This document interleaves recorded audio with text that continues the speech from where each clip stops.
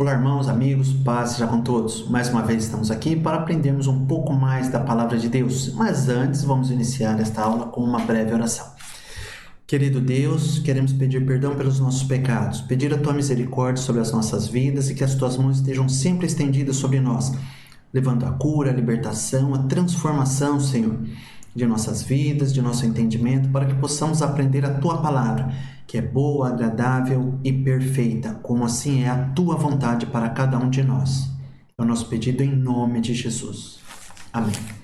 Hoje, continuando a nossa trilha pelo livro de Provérbios, viajaremos pelo capítulo número 3 e sobre este capítulo veremos uma introdução, o terceiro passo. Teve o primeiro, teve o segundo, agora o terceiro passo e uma conclusão. Introdução. Este terceiro capítulo mostra a continuidade dos ensinos de um pai, de um mestre a seu filho, um aluno. É mostrado aqui o grande valor da sabedoria na formação de bons relacionamentos com Deus e também com outras pessoas. Neste capítulo de Provérbios, nos dada muitas orientações sobre como nos relacionar com as pessoas e também com o próprio Deus. O livro de Provérbios é um livro poético, assim como é o de Salmos. O livro de Salmos, então, associado à pessoa do nosso pastor Cássio, assim como o livro de Provérbios associado à pessoa do nosso querido pastor Ivaldo também.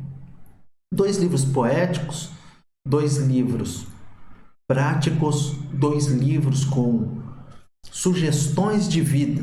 Sugestões de vida? Sim, por quê? Porque Deus nos dá a opção de aceitá-los ou não. Deus nos dá o direito de abraçá-los ou rejeitá-los. E ainda adverte sobre o resultado de cada uma dessas opções. Ele diz o que tem que fazer ou o que tem que não fazer e dá aquilo que nós obteremos por conta disso. Mas vamos aos provérbios agora. O importante de saber e do que nós nos propomos a fazer nessas aulas aqui é tornar mais claro o significado de alguns versículos. É explicar o que o escritor quis dizer. E é importante saber que estes versículos estão escritos dentro de um contexto e que, isoladamente, eles podem significar coisas que não exatamente aquilo que o escritor quis que você entendesse. Sim, porque o contexto faz toda a diferença em uma situação. Querido pastor Roberval, ele postou recentemente isso daqui. Frase de Martinho Lutero, o reformador. Quem não entende o texto dentro do contexto é capaz de confundir um cavalo com uma vaca. O que quer dizer isso? Se eu não ler algumas coisas que vêm antes daquele versículo, ou não ler algo que vem depois, eu posso concluir que aquilo é algo diferente do que realmente seja. Se eu digo para alguém, meu amigo, o fulano que foi comigo lá no sítio dele, me levou para o sítio dele para passear lá, junto com a minha família, passamos uma tarde agradável, comemos um churrasco ali. Aquele homem é um verdadeiro boi. Dependendo do contexto, do que aconteceu lá, você pode achar que eu estou ofendendo aquela pessoa. Mas se você souber que eu havia dito um pouco antes, que ele tirou um tronco de árvore do chão com as mãos, fazendo força, sem auxílio de nenhuma ferramenta, você vai entender. Ele era um boi de forte e vai passar por esta expressão não tendo outros pensamentos acerca do significado da palavra boi, o que a palavra boi poderia significar ali. Então, veja como é importante. Se eu falo que alguém é um boi, pode ser um elogio, como poderia ter sido uma ofensa tremenda. Assim são esses versículos do livro de Provérbios. Se você entendê-los dentro do contexto, vai falar, é isso? Ótimo, que maravilha! Se você não entender dentro do contexto, você vai falar, você tá louco? Que besteira é essa que está escrita? De jeito nenhum, nem vou ler mais. É a Bíblia, mas respeito, não vou mais ler. Por quê? Porque não entendeu o contexto. Vamos correr um pouquinho aqui nesses versículos e eu quero trazer para você o contexto em que eles foram escritos. Eu quero associar o versículo ao outro para você não entender de maneira truncada, não entender de maneira quebrada, para que você compreenda da maneira correta. E vamos iniciar a nossa viagem por este capítulo de Provérbios. Filho meu, não te esqueças da minha lei e o teu coração guarde os meus mandamentos. Aqui um pai está ensinando o filho, o mestre está ensinando o seu aluno, o discípulo, mas aqui especificamente nós podemos interpretar como uma mensagem de Deus para os nossos corações. Pense Deus te chamando de filho e dizendo: meu filho, não esqueça a minha lei e o teu coração guarde os meus mandamentos. Quando Deus nos pede para nós não esquecermos da sua lei, Ele está querendo dizer o que com isso? Que nós não devemos simplesmente ter visto uma vez e ter esquecido. Nós devemos trazer em mente os seus ensinamentos. Com qual propósito? Com o propósito de guardá-los. O que é guardar? É obedecê-los. E por que eu tenho que fazer isso? Agora Deus responde aqui: porque eles aumentarão os teus dias e te acrescentarão anos de vida e paz. Olha só que interessante. Se eu leio só, porque eles aumentarão os teus dias e te acrescentarão anos de vida e paz. A que eu estou me referindo? Eu estou me referindo exatamente ao primeiro versículo, aos mandamentos de Deus, à lei de Deus, aos ensinamentos de Deus. Então, se eu guardar os ensinamentos de Deus, se eu não me esquecer deles, se eu aplicá-los, isso vai aumentar os meus dias e vão me dar dias de vida e paz. Ah, mas eu conheço alguém que morreu jovem e seguia os ensinamentos de Deus. Ora, o livro de Provérbios não trata das exceções e nós sabemos que existem exceções. Elas existem, mas não foi a preocupação do escritor do livro de Provérbios.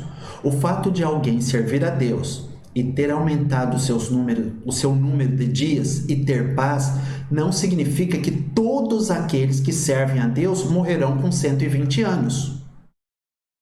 Muitos vão ser recolhidos no meio do caminho, mas a tendência, a grande maioria, terá dias de vida e paz aumentados. Vamos lá, terceiro versículo. Não te desamparem a benignidade e a fidelidade, atas ao teu pescoço, escreve-as na tábua do teu coração. Antigamente as pessoas escreviam em tabuinhas de madeira, escreviam na argila, em pedras, escreviam também em pergaminhos, em papiro, antes de escrever no papel. Aqui o escritor do livro de Provérbios está dizendo que nós devemos escrever em nosso coração alguma coisa. Ah, temos que escrever a lei de Deus e os seus mandamentos. Não, não é isso que está dizendo esse versículo. Não queira interpretar de maneira chutada. Ah, tudo é Deus. Ah, e se você estiver em uma situação muito difícil, o que você deve fazer? Se lembrar na lei de Deus. Sim, você tem que se lembrar na lei de Deus e agir também. Então, este versículo está dizendo o seguinte: você tem que escrever algo em teu coração. Ah, eu tenho que escrever... O que eu devo escrever no meu coração? A lei de Deus. Não, a lei de Deus já tem que estar escrita.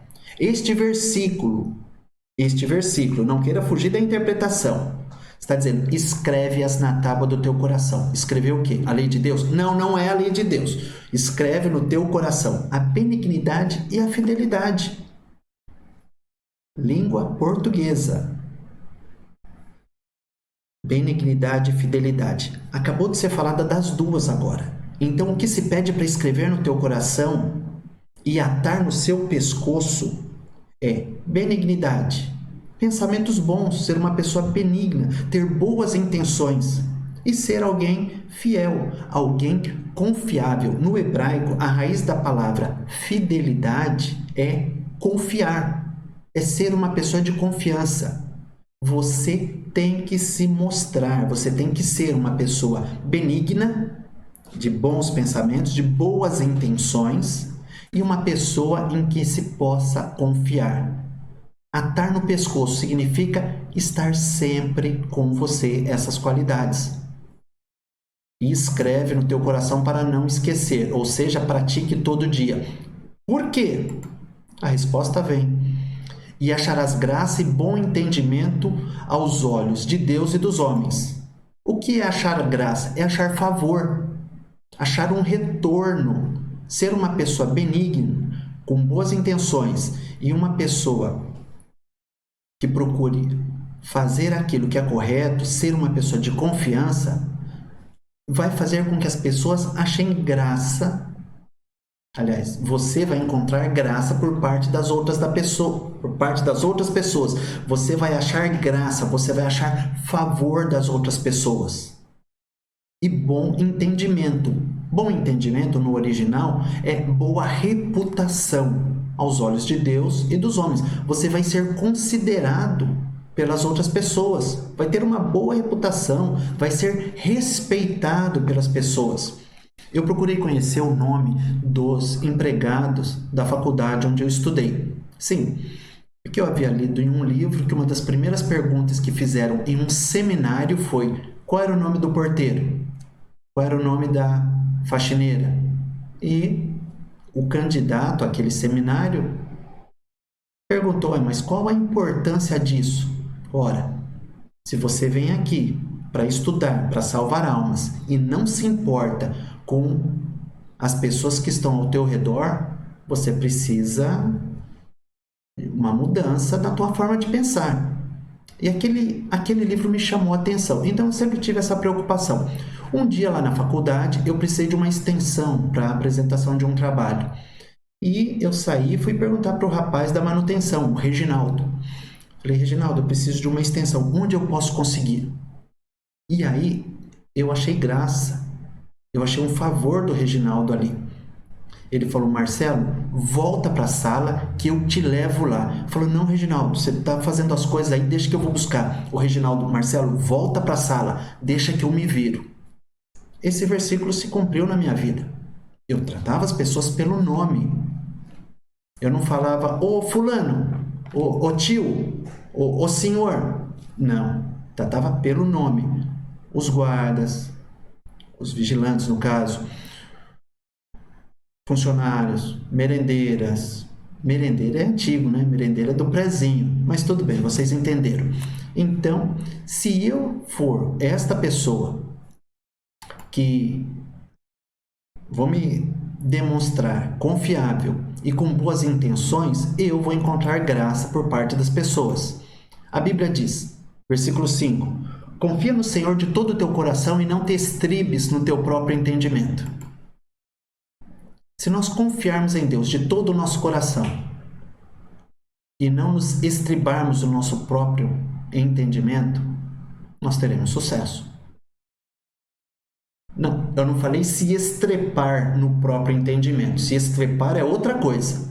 Aqui, volta aqui. Nós não devemos nos estribar no nosso próprio entendimento, na nossa própria sabedoria. O que é se estribar? Que não tem nada a ver com se estrepar, com se dar mal. Se estribar é se apoiar. Lembra? Estribar. Lembra o tempo que você cavalgava? Ah, não cavalgava? Tá bom. Então vamos lá. Na montaria, colocada sobre o cavalo, tem uma peça lá de ferro, onde o cavaleiro apoia o seu pé. Então, aquele objeto, aquela peça de ferro onde se apoia o pé é chamado estribo. Sim, estribo. Você não tem que se apoiar, não tem que usar o teu entendimento, a tua inteligência como um apoio para as decisões que você vai tomar. Antes disso, você tem que procurar confiar em Deus de todo o teu coração e tentar compreender como Deus faria aquilo lá. Como Jesus trataria aquilo? Tente pensar dessa forma. E dentro daquilo que você conhece, você vai tomar uma decisão. Não estou pedindo para você ignorar a tua inteligência. Você vai precisar dela. Para quê? Para chegar à conclusão de como Deus cuidaria daquele assunto. E é dessa forma que você vai cuidar. Se você confiar em Deus de todo o teu coração, ou seja, colocar Deus na tua frente e não se apoiar só na sua inteligência, dizendo eu sou o cara, aí você se dá bem. Não, estribo não tem nada a ver com estribilho. Estribilho é aquela parte da música que você canta várias vezes, né? O refrãozinho. Então, explicado isso, vamos prosseguir. Reconhece-o em todos os teus caminhos e ele endireitará as tuas veredas. Fantástico este versículo. Reconhece-o. Reconhece quem? Reconheça Deus em todos os teus caminhos. E o que é reconhecer Deus em todos os caminhos?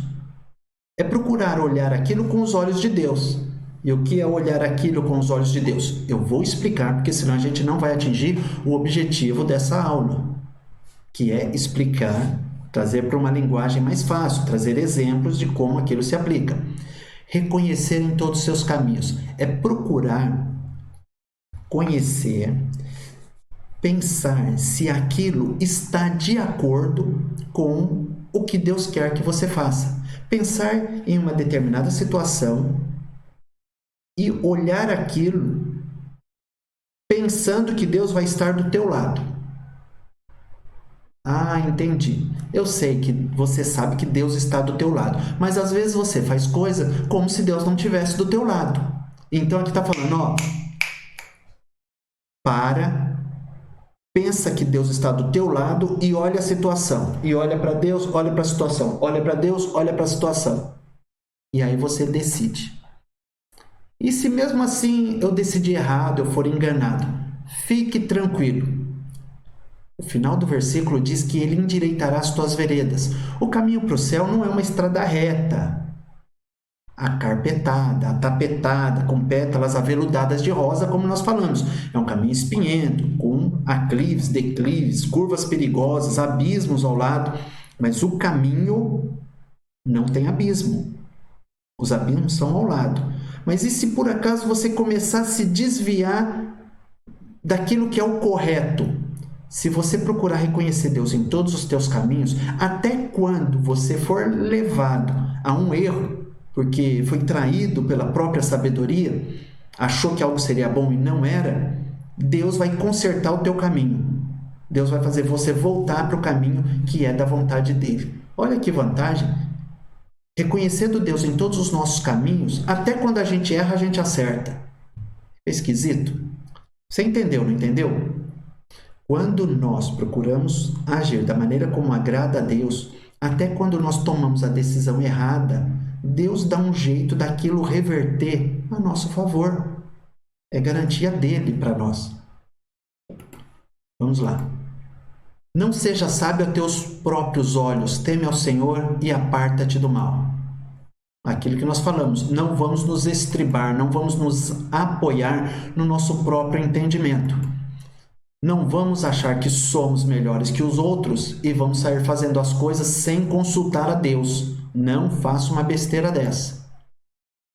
Porque se nós agirmos dessa maneira, isso vai ser remédio para o teu umbigo e medula para os teus ossos.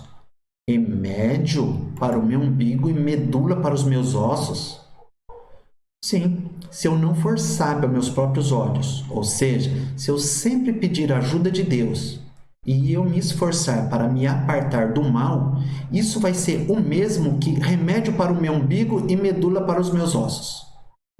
Remédio para o meu umbigo. Meu umbigo tá bom. Não precisa de remédio. Medula para os meus ossos? Os glóbulos vermelhos estão ali dentro dos parâmetros. O que quer dizer isso? Isso quer dizer o seguinte: se você temer a Deus, tiver preocupação em fazer a vontade de Deus e se apartar do mal, você vai receber vida da mesma forma que o umbigo foi o local por onde você recebeu a alimentação quando estava no ventre da tua mãe. Você recebeu a vida, a alimentação que te deu vida. Então, através do umbigo, chegou vida ao teu corpo. Algumas traduções trazem a palavra corpo no lugar de umbigo. Por quê? É este o sentido. Se nós temermos a Deus, respeitarmos a Deus e nos afastarmos do mal, isso vai servir de vida para nós, o nosso corpo físico e também espiritual. Os antigos sabiam que através do umbigo fluía a vida para dentro das pessoas. Se Adão teve umbigo, não, vamos falar sobre isso numa outra oportunidade. Não disse que tem nem que não tem. E Eva também. Nós vamos discutir isso numa outra oportunidade. Adão tem umbigo, Eva tem umbigo. Se não nasceram um de dentro do outro, como que aconteceu? Gente, vamos ao que interessa aqui. Curiosamente, o escritor, ele dizia que nós temermos a Deus, respeitarmos a Deus e nos afastarmos do mal seria o mesmo que medula para os nossos ossos. Eles não tinham ideia que os glóbulos vermelhos eram formados dentro dos ossos, na medula.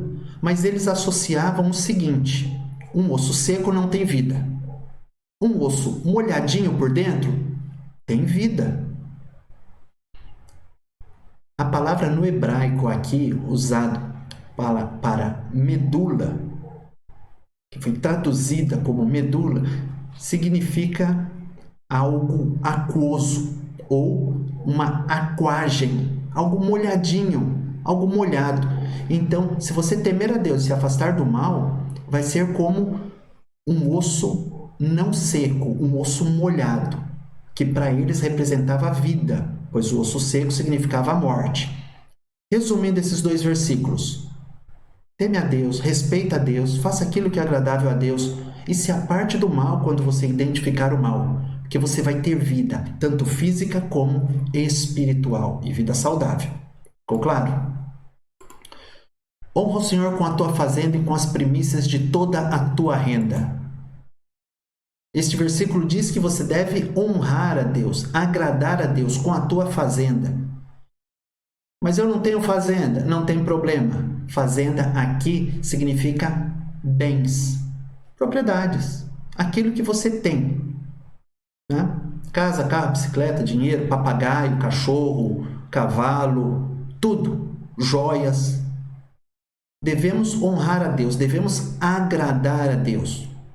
E não é só com a fazenda, é com as primícias de toda a tua renda.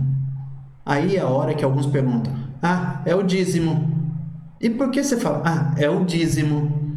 Não, não é. Deus não fala aqui para dar o dízimo. Você está equivocado. Aqui não está falando nem de dízimo e nem de oferta. Aqui a Bíblia está falando de tudo aquilo que você tem. Tem que honrar a Deus com tudo que você tem, mas principalmente com a primícia. O que é a primícia? Os primeiros ganhos aqui, os primeiros frutos da terra, ou as primícias, os primeiros frutos do teu ganho. Se você planta, é com os primeiros frutos da colheita. Se você trabalha, é com o primeiro dinheiro que você recebe. Você tem que fazer aquilo que é agradável a Deus com aquilo que você tem e com as primícias, que são os primeiros frutos. Em outras palavras, primeiro, faça aquilo que é para Deus. Depois, com o que sobrar, aquilo que é para você. Que absurdo! E Deus precisa de dinheiro? Deus não precisa de dinheiro, não precisa de nada que você tem.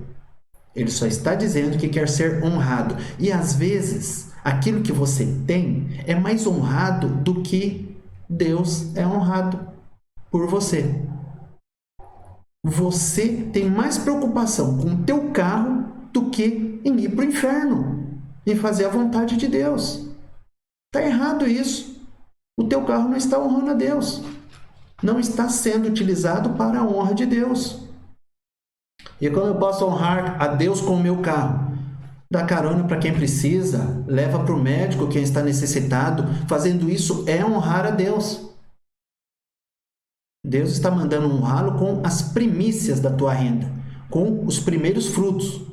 Mas eu dou o dízimo, mas sempre sobra. Eu sou um bom administrador. Sempre sobra e eu dou o dízimo e dou uma boa oferta ainda. Minha oferta é até maior que o meu dízimo. Sempre sobra. Eu sou um ótimo administrador. Você está errado. Deus não mandou fazer com o que sobra. Ah, mas qual é a diferença? A diferença é simples. Atenção, homens casados. Estamos aqui. Noivos, quem é noivo? 2, 3, 4, 27 pessoas noivas aqui. Tá bom. Namorado. Quanta gente namorando. Logo que passar a pandemia vão casar. Tudo bem. 217 pessoas aqui que estão namorando. Tudo bem. Brincadeira, gente. Vamos lá. Em uma festa de aniversário, o teu aniversário, é te dada a oportunidade de cortar o bolo. Você vai dar o primeiro pedaço de bolo para quem? Dá para a esposa do teu chefe que está ali. Dá para a vizinha.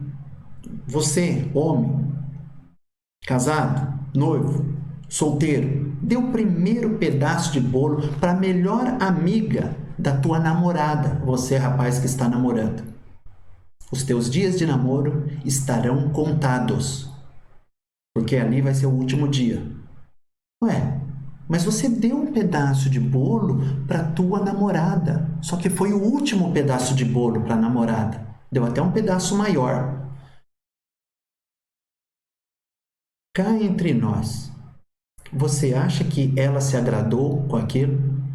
Você acha que ela se sentiu prestigiada na frente das outras pessoas? Pois é. Você não faz isso com a tua namorada, com a tua noiva, com a tua esposa, mas faz para Deus. Dá o resto para Ele. Gente, nos dias que nós estamos passando, às vezes nem sobra. Mas nós devemos nos esforçar para quê? Para honrar a Deus com as primícias. Tudo bem? Prosseguindo. E se encherão os teus celeiros abundantemente, e transbordarão de mosto os teus lagares. Alguém diz, opa, me interessei agora. Como que é? Eu vou ser muito próspero? Os meus celeiros vão se encher abundantemente? Isso significa prosperidade, fartura. Transbordar de mosto os lagares significa que a produção que você tiver, mosto de vinho, de suco de uva, vai ser tanta que aquilo que você tem para comportar vai ser insuficiente para aquilo que será produzido. Os celeiros vão se encher de uma maneira abundante, ou seja, tua conta corrente vai ficar gordinha. E como que eu faço isso? Olha o versículo anterior. Honra ao Senhor com a tua fazenda e com as primícias de toda a tua renda. Só que isso é consequência. Tem gente que foca na consequência como principal. Ela quer saber como fazer para encher o celeiro. Como fazer para ter fartura. Aí ela fala, o que eu tenho que fazer? O que eu tenho que fazer? Porque para ela aquilo é o principal. Ela está apegada a coisas materiais. Eu quero isso daqui. Eu quero fartura. Como que eu faço? Tem que honrar a Deus. Tá bom. Como que eu honro a Deus? Não está nem preocupada em honrar a Deus. Ela quer o resultado. Isso não é correto. O correto é honrar a Deus. O mais importante é honrar a Deus. O que vier é lucro. Não, mas tem gente que quer o lucro. Honrar a Deus só se for para ele ter lucro. Se não for para ele ter lucro, ele não honra a Deus. E é errado esse pensamento. Devemos honrar a Deus por tudo que Ele é e por tudo que Ele já fez por nós. Perfeito? Então, o nosso foco tem que ser na honra a Deus.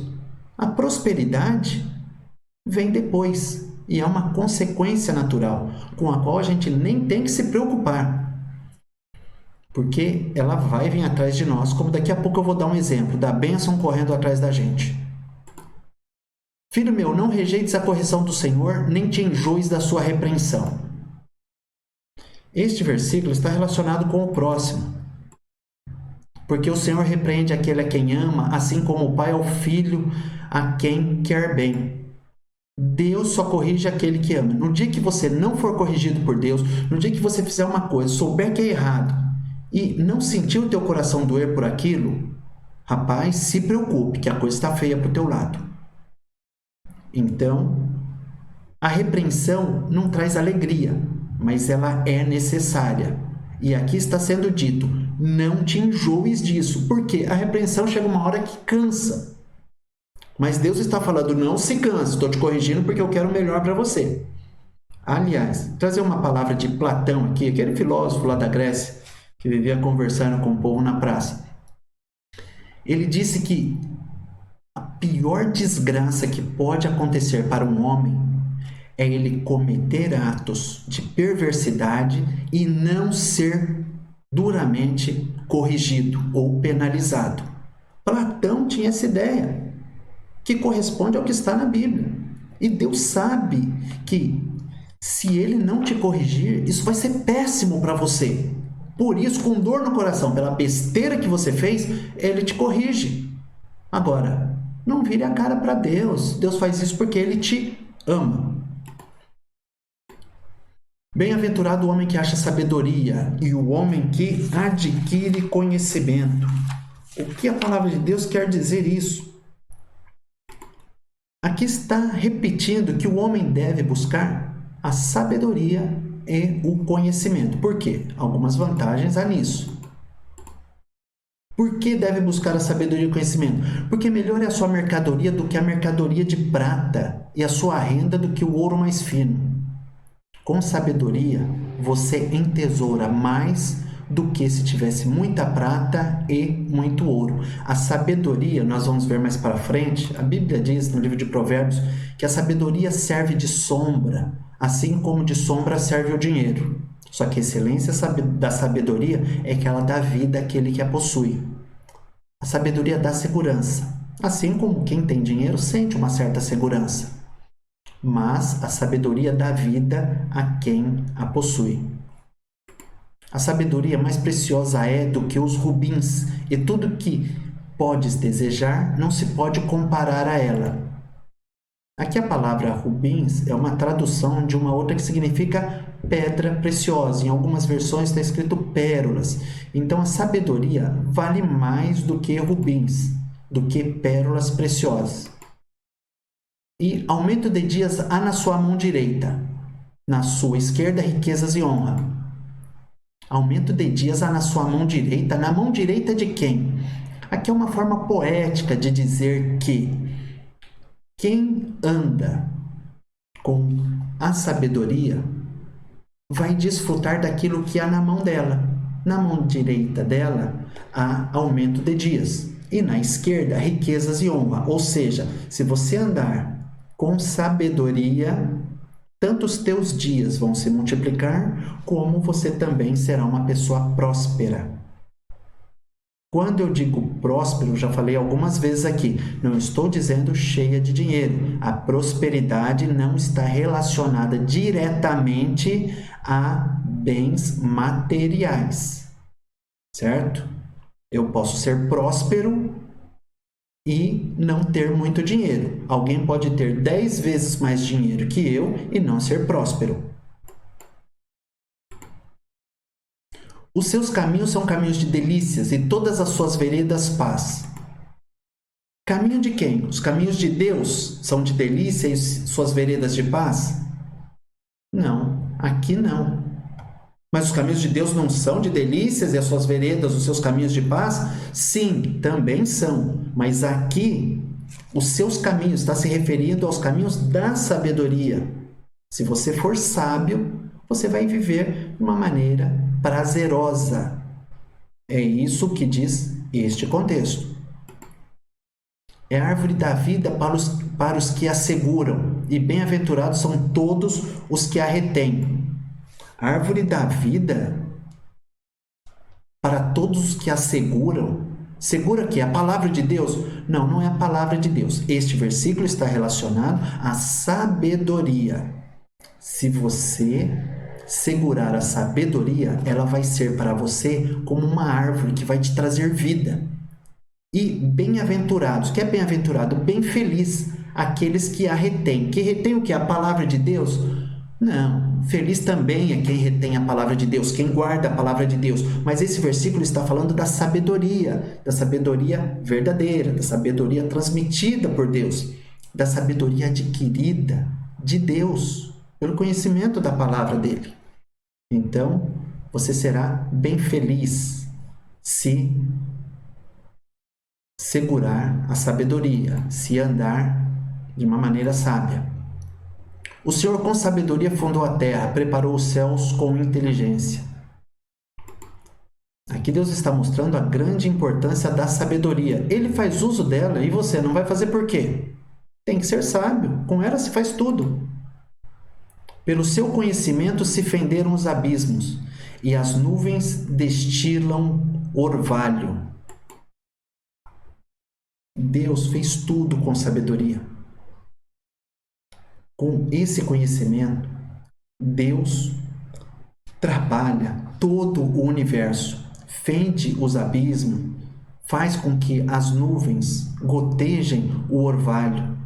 A importância da sabedoria é que está sendo aqui colocada em questão. Colocada em questão não, está sendo ressaltada. Deus está mostrando que a sabedoria tem que ser buscada. E se pedirmos, Ele nos concede. Filho meu, não se apartem estas coisas dos teus olhos. Guarda a verdadeira sabedoria e o bom siso. Não se aparte dos teus olhos a inteligência, a sabedoria. Procure olhar tudo e pensar antes de fazer. Não seja mais rápido que a mente.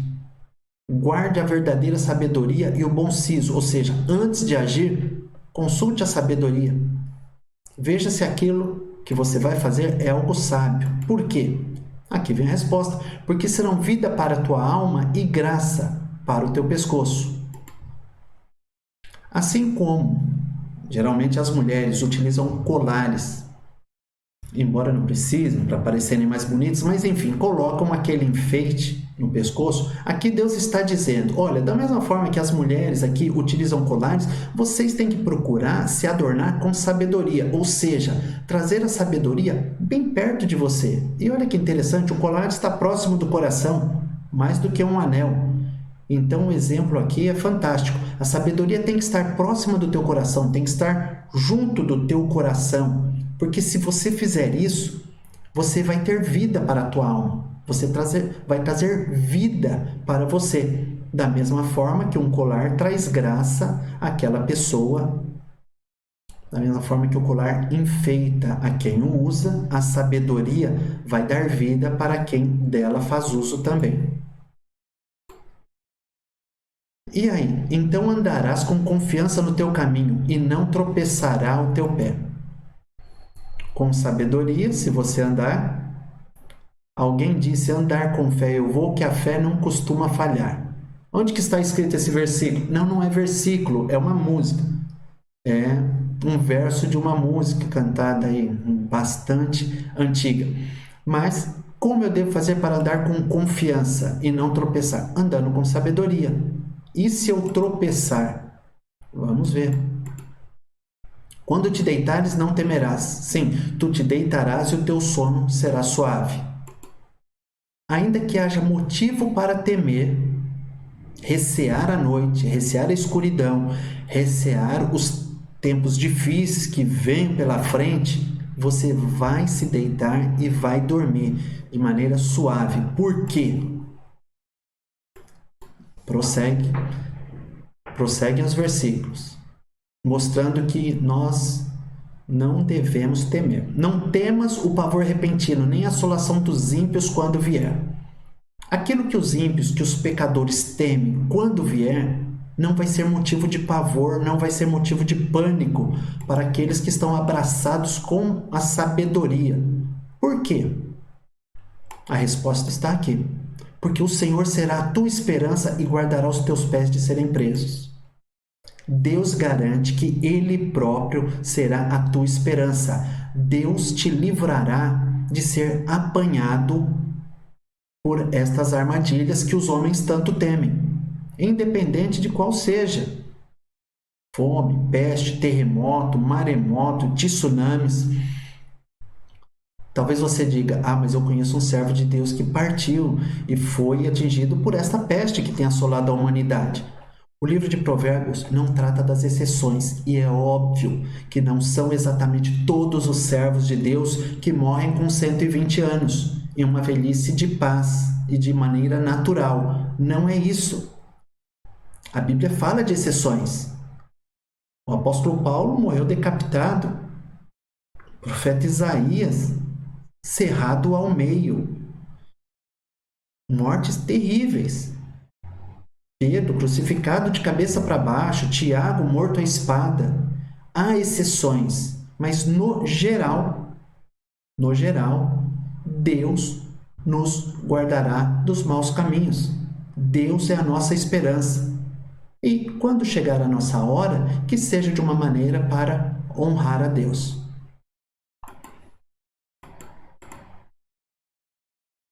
Não detenhas dos seus donos o bem, estando na tua mão poder fazê-lo.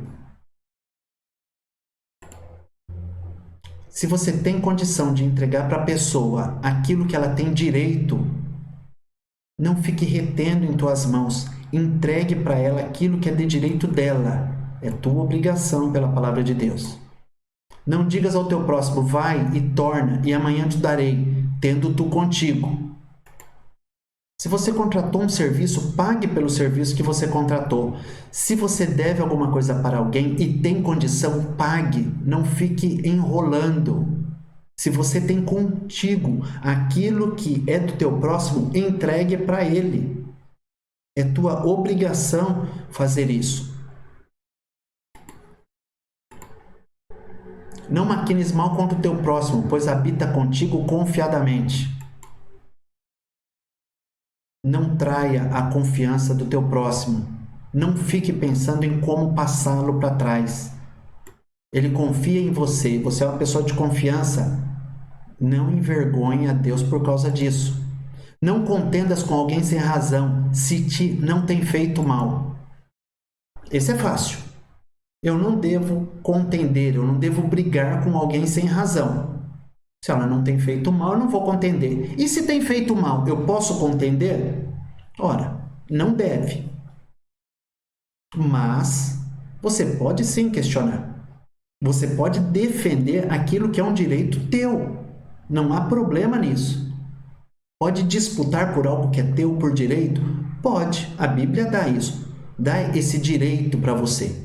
Ela não te proíbe. Não diz que você, em todas as situações da tua vida, se alguém pedir a tua capa, você entregar também a túnica. Não. A Bíblia não diz que é para você ceder a tudo aquilo que quiserem de você. A Bíblia está orientando aqui a você não entrar em confusão por nada. Não colocar a colher na sopa dos outros. Não colocar um nariz onde não é chamado.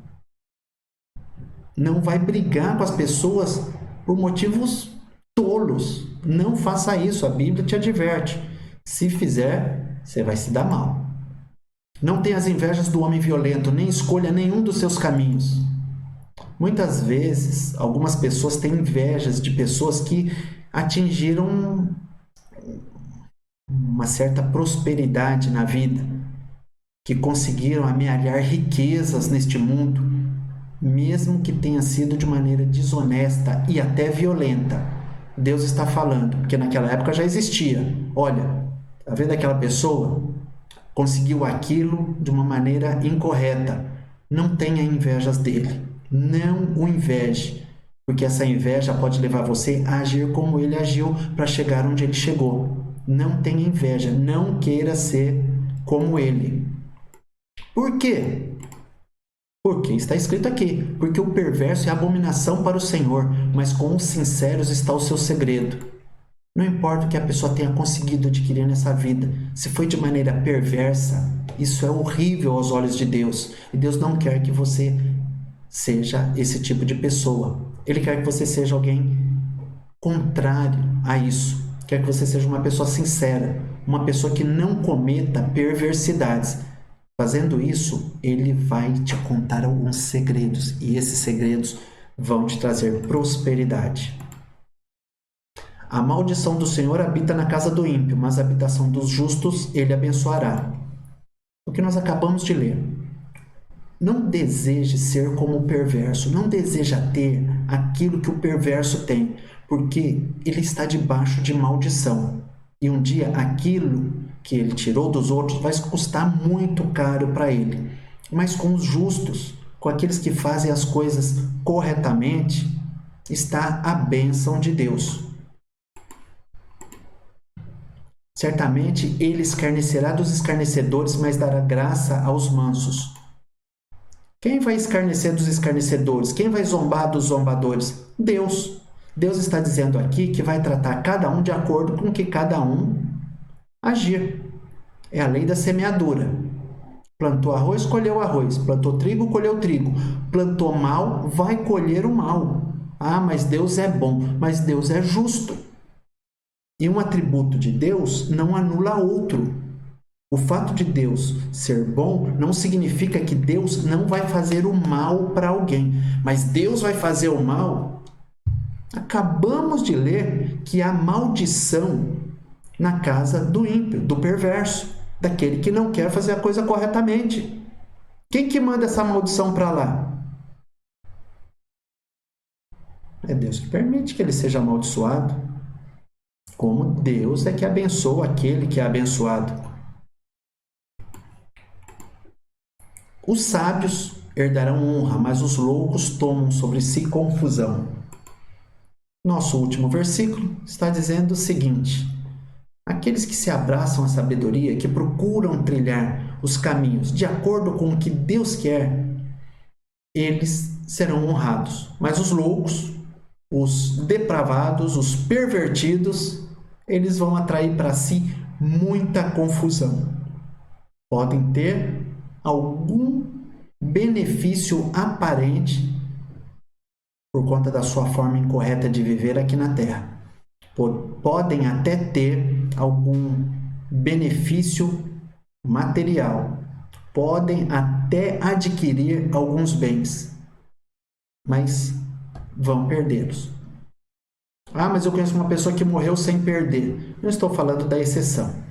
Estou falando do que Deus vai tratar. E outra coisa, aqueles que pensam assim: bom, mas aquele pecador conseguiu muito dinheiro, teve uma boa vida e morreu sem sofrimento. Pior para ele. Como pior? Talvez você me pergunte. Morreu bem, rico, aprontou e não aconteceu nada. A Bíblia diz que os pecados de alguns homens são manifestos precedendo o juízo, antes do grande dia em que todas as coisas serão julgadas. Mas em alguns casos, os pecados de alguns homens se manifestam depois. Os desse daí, que morreu numa aparente boa vida, vão se manifestar depois. E dali para baixo, como dizem, são 2 palitos. É rapidinho. Todos os pecados vão ser cobrados depois. Então, eu digo, feliz aquele que é corrigido nessa terra, porque tem a oportunidade de se arrepender. Você se arrepende das besteiras que você fez? Eu me arrependo demais. São tantas que vamos deixar para lá, que Jesus nos perdoa. Finalizando, a sabedoria não é mera mercadoria para servir de enfeite. Você tem que ser uma pessoa sábia, não porque ser sábio é bonito, é legal, é joinha. Não, ser sábio produz vida e agrada a Deus e traz muitas recompensas, e muitas delas nós vimos aqui. Deus, quero repetir algo que eu já falei. Embora Deus te dê liberdade de escolha, Ele orienta e espera que você decida-se pela melhor escolha. Deus quer que você se decida pelo melhor. E o que é melhor? É ter sabedoria. Ah, tá, eu tenho que ser sábio? Tem. Qual é a verdadeira sabedoria? A Bíblia diz que Jesus Cristo é a sabedoria de Deus. Deus preparou um caminho para que você chegue-se a Ele. A Bíblia diz: porque há um só Deus e um só mediador entre Deus e os homens, Jesus Cristo, homem. 1 Timóteo 2,5. Existe um caminho. Deus te coloca a oportunidade de escolher céu ou não. A liberdade é tua. Quer o céu? O caminho é Jesus. Não quero ir para o céu através de Jesus. Então, eu tenho uma notícia para te dar. Você não vai chegar lá, porque o único caminho que conduz ao céu é Jesus.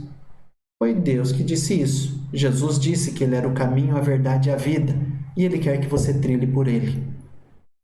Decida-se segui-lo. Fazendo isso, você só tem a ganhar. Era o que tínhamos para hoje. Deus te abençoe e até a próxima aula. Fiquem com Deus.